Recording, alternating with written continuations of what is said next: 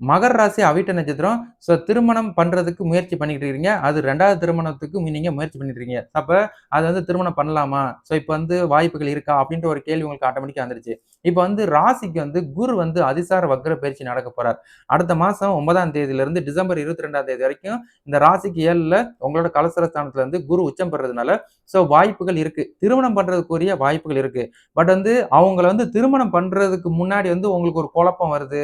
So முடிவு கரெக்ட்டா தான் எடுத்திருக்கோமா? அப்படின்ற ஒரு உங்களுக்கு வந்து ஒரு மைண்ட்ல ஓடிக்கிட்டே இருக்குது அப்படின்னா, ஃபர்ஸ்ட்டு நீங்க உங்க ஜாதகத்தையும், அவங்க ஜாதகத்தையும் டபுள் செக் பண்ணிக்கோங்க. மேட்சிங் பார்த்துக்கோங்க. மேட்சிங் இருந்துச்சுன்னா, உங்களுக்கு ஜாதகம் இருக்கிற மாரி அவரோட ஜாதகம் இருந்துச்சுன்னா, நீங்க தாராளமா நீங்க திருமணத்துக்கு ப்ரொசீட் பண்ணலாம். ஏன்னா ஆல்ரெடி நமக்கு வந்து ஃபர்ஸ்ட் மேரேஜ்லேருந்து பை நம்ம மிஸ்டேக்ஸ் ஆகியிருக்கிறோம் அப்படின்னா, ஸோ 2வது மேரேஜ் நம்ம செலக்ட் பண்ணும்போது அது சில கூற்றுகள்லாம் பார்க்குற மாரி இருக்கும்.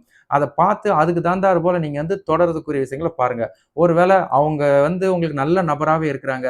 இவங்க கூட நம்ம வாழ்க்கை தொடர்ந்தா நமக்கு நல்ல ஒரு வாழ்க்கை தரம் இருக்கும் அப்படின்னு நீங்க நினைச்சிட்டீங்கன்னா, தாராளமா நீங்க அடுத்த மாசமே நீங்க திருமணம் பண்ணிட்டு, திருமண வாழ்க்கையில தொடரலாம் அப்படின்றத உங்களுக்கு நான் ஞாபகப்படுத்திக்கிறேன். சரிங்களா?